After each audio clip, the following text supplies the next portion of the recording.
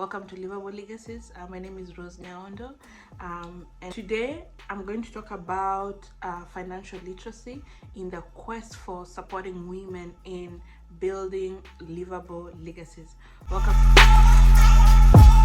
Welcome to Livable Legacies.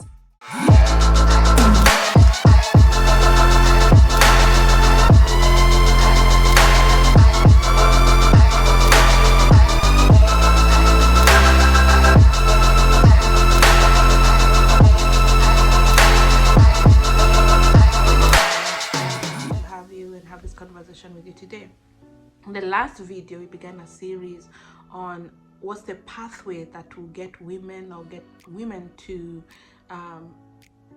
find stability and leave a legacy that those who come after them can depend on. And one of the things we spoke about was the skill set and education as being important, whether you're getting it from a university or you're getting it from a YouTube video or you're hiring someone.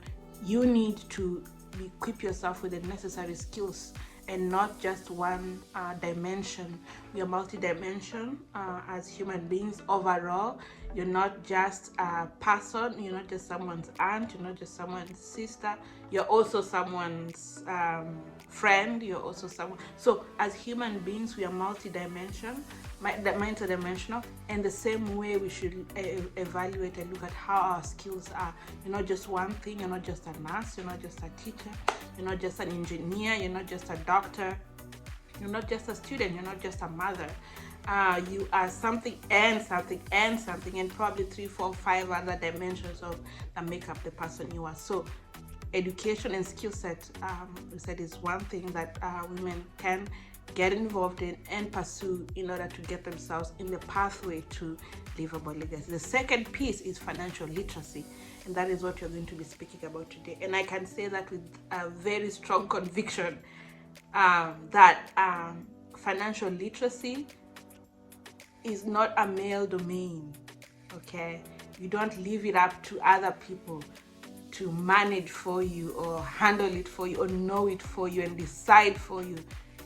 You have to know how to manage finances. You have to know the correlation between your financial capability, muscle, the savings and debt, and all of the other pockets within which you put your investment, and the quality of life that you live. There's a direct correlation. All right, at some point you have to hire people to manage your accounts, people to invest for you here and there, but at the basis of it, you have to know how the whole schema of financial literacy does work.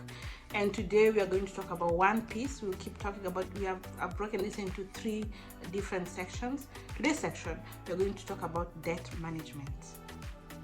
And by debt, I mean petty debt management.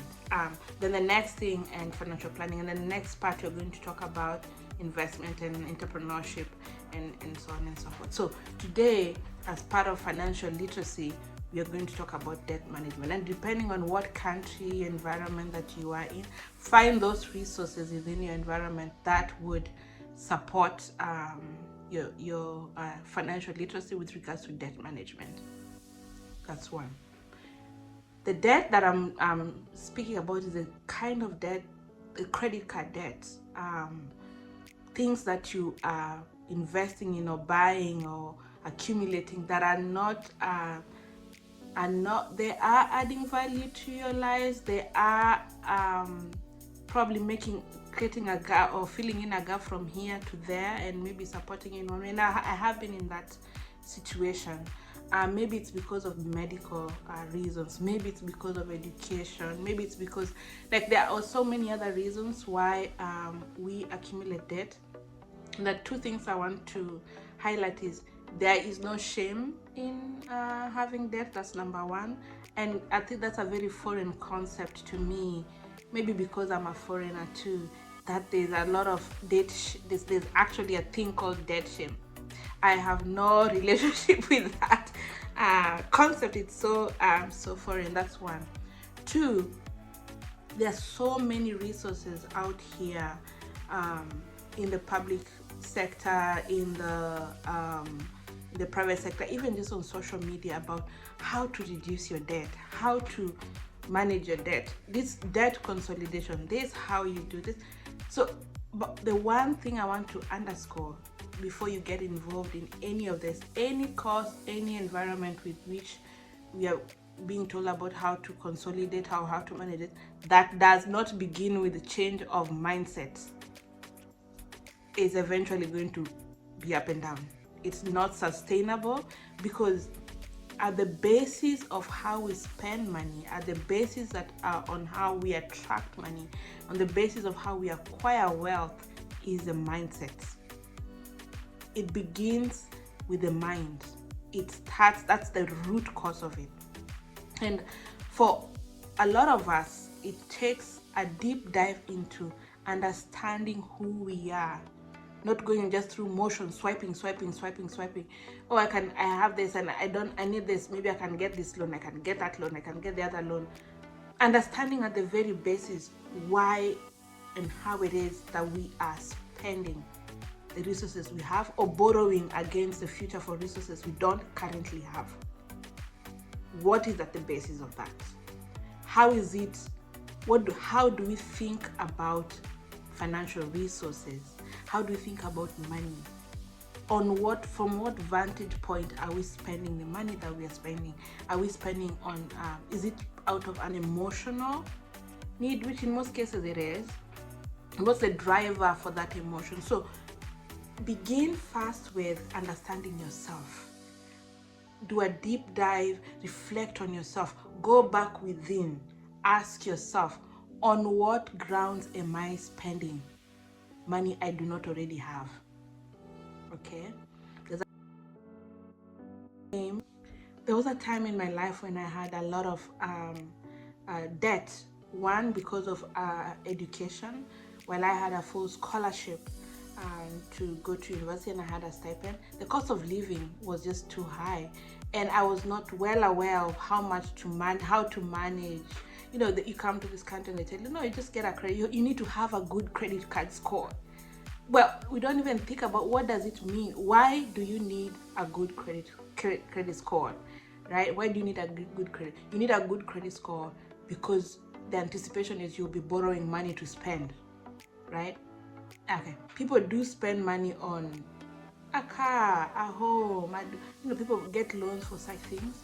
But as a student, at that point, we were not getting into debt because of things like those. We just, coffee here, a nice dress to go to this party.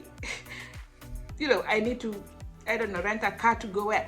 Things that are so, at the basis of it, so superficial and so unnecessary. But then understanding that this, while you're running this credit card, and people just say, just get a good credit, build your credit, get a good credit card, a credit score.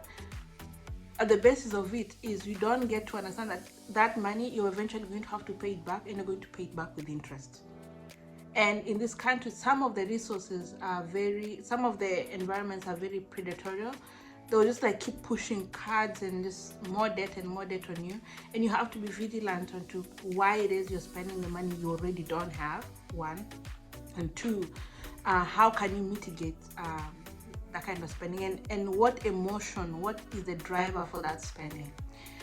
There's a time I had another, so that's college debt. Then there was medical debt. I had a baby, and I had a baby 6 months preemie at 6 months, so we had to stay in the NICU for about 2.5 months. She was born at 6 months. So, and you can imagine all the treatment and bills that came out of that we eventually sailed through.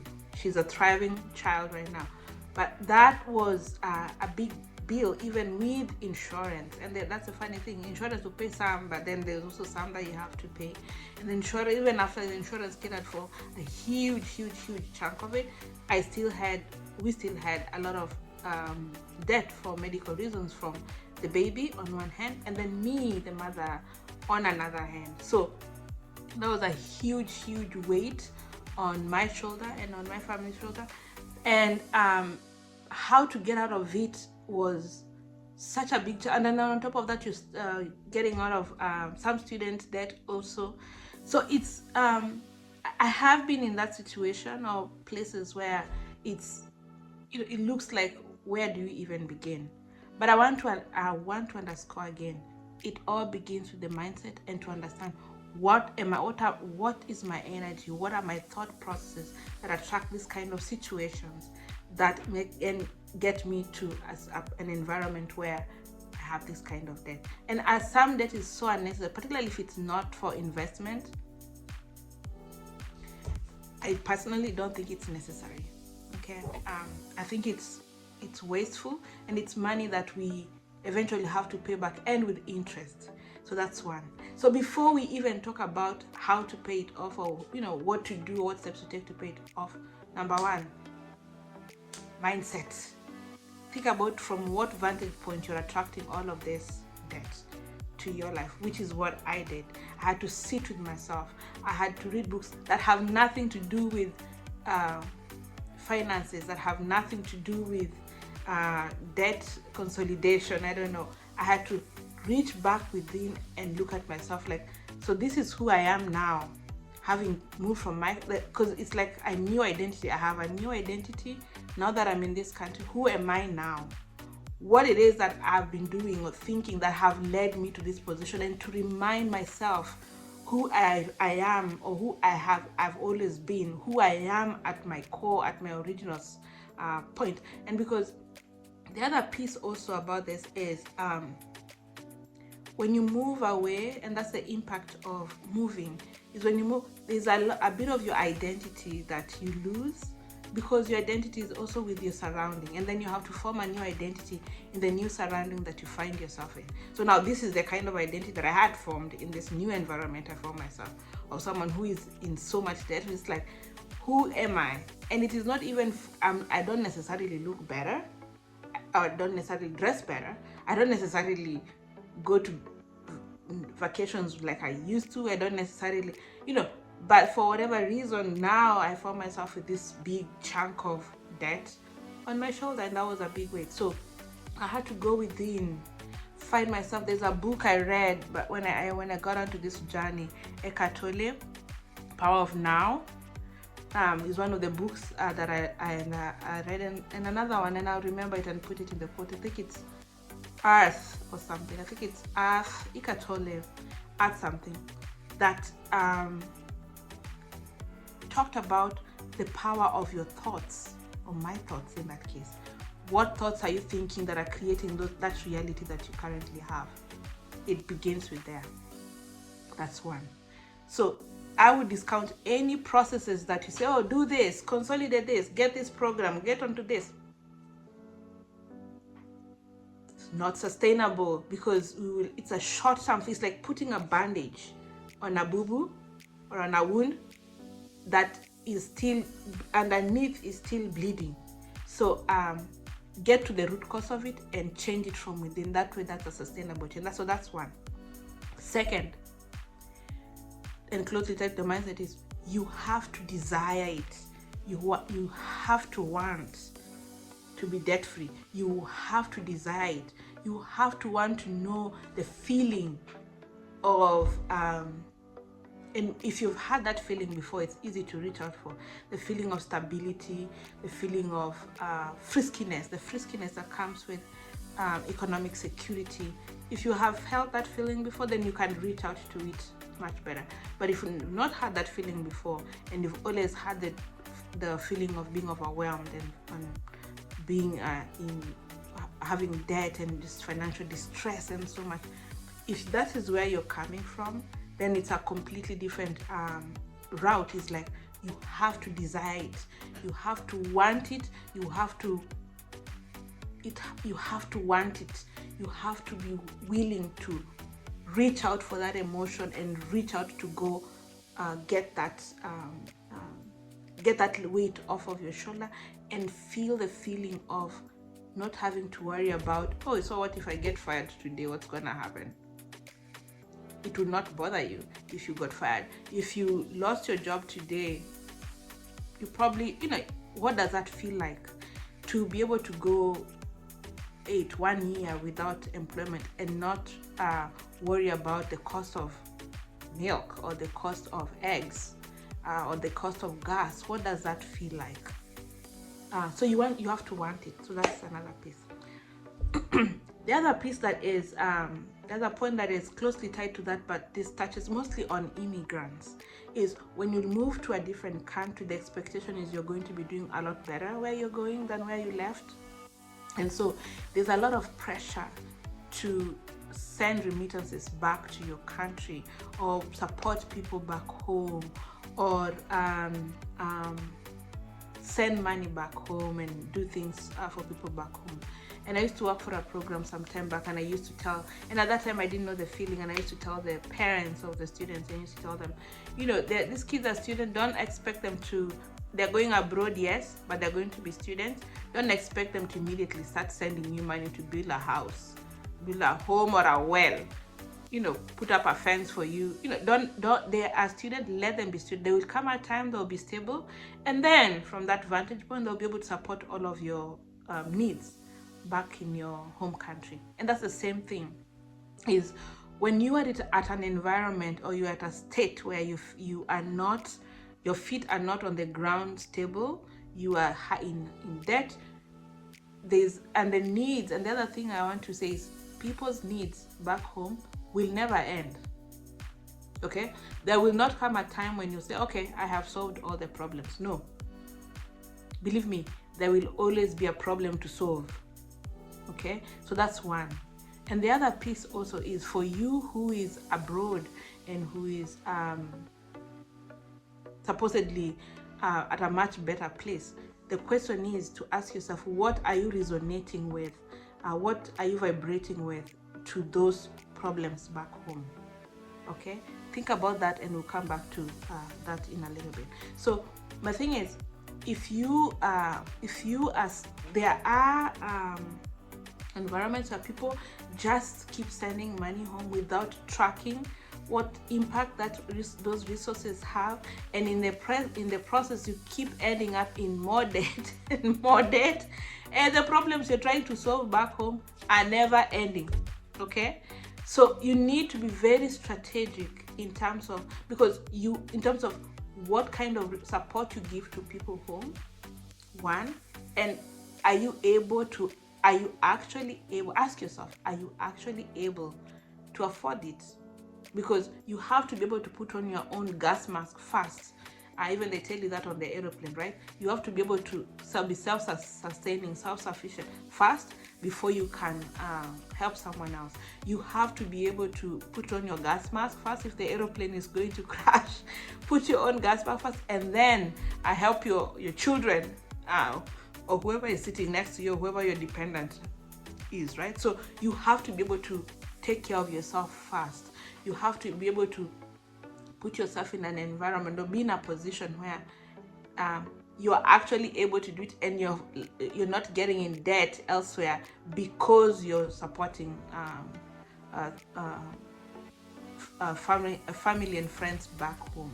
That's one. And I'm not saying don't support people. You have to think about how sustainable what it is you're supporting. That's one. That's two.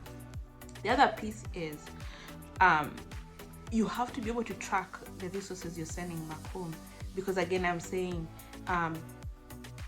problems will never end. I'm telling you, you will solve one problem today, tomorrow is something else, the next day is the next day. So you have to be able to have those healthy boundaries, okay, on what you can do and what you should not be doing. If it is putting kids through school and it's like you're going to invest, because you have to look at it like investment, okay? You have to show people how to fish and not give them fish. You know what I mean? Because if you're giving them fish, you're going to keep giving them fish throughout their lives. You have to be able to put them in an environment where they can stand on their feet, okay? But if you just keep giving handouts, you will give handouts until the end. I believe that.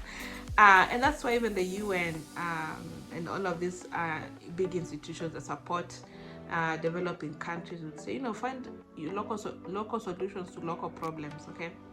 find ways to resolve the problems from within. Okay, and that's exactly what it means.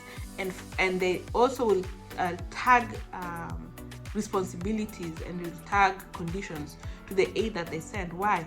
Because they don't want to perpetuate that entitlement and handout situation. So I've talked too much about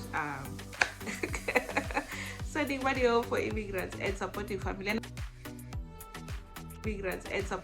And I'm not saying don't support people back home. I'm just saying think about what it is you're doing, how it is you're sending, and how that is either depleting or building you or building your family here, both here and back at home.